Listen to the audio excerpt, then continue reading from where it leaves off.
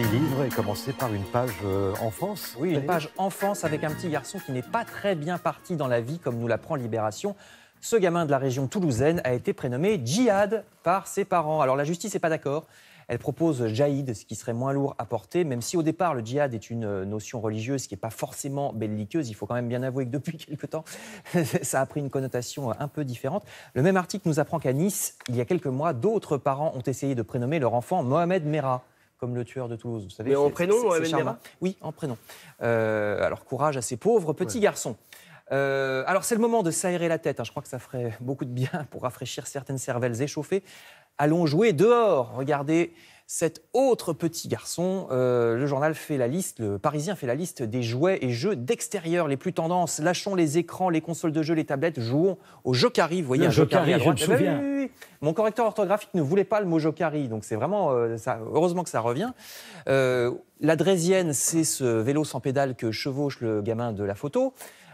C'est bien sûr un grand classique. On peut aussi trouver un kit pour transformer n'importe quelle table en table de ping-pong pour une dizaine d'euros dans les magasins de sport. Donc profitez-en. On peut aussi profiter de la douceur de la météo cette semaine pour aller admirer quelques beaux monuments comme la basilique de Saint-Denis. C'est le conseil du supplément des Échos ce matin parce que l'État vient de donner son feu vert pour la reconstruction de la flèche d'une des tours de la basilique, parce qu'il y en avait une auparavant, mais elle était plus haute, la basilique autrefois de Saint-Denis, et elle a été endommagée en 1845 par une tornade.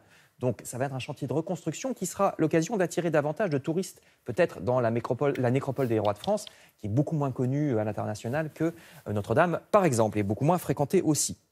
À l'extérieur, toujours un parfum de campagne dans l'Humanité. Le journal communiste célèbre un petit fromage de chèvre de la région de Marseille qui s'appelle la brousse du Rove et qui vient d'obtenir une appellation d'origine protégée. C'est bien parce que ça protège aussi des grands fabricants, parce que la charte est tellement précise que les grands fabricants ne peuvent pas le faire. Donc c'est fabriquer ce fromage grâce à des chèvres élevées en liberté dans les forêts de chênes. L'article fait l'éloge des petits producteurs.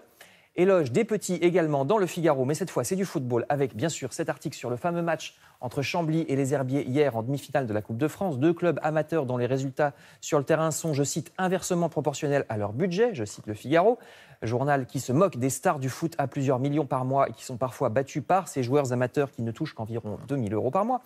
Ce succès d'un petit club n'aurait certainement pas déplu, je termine, à l'un de nos plus acides, les plus acides de nos humoristes, hélas disparus il y a 30 ans. Désormais, je termine avec l'Humanité qui vous conseille dans cet article d'écouter France Inter ce soir à partir de 20h, soirée spéciale Desproges.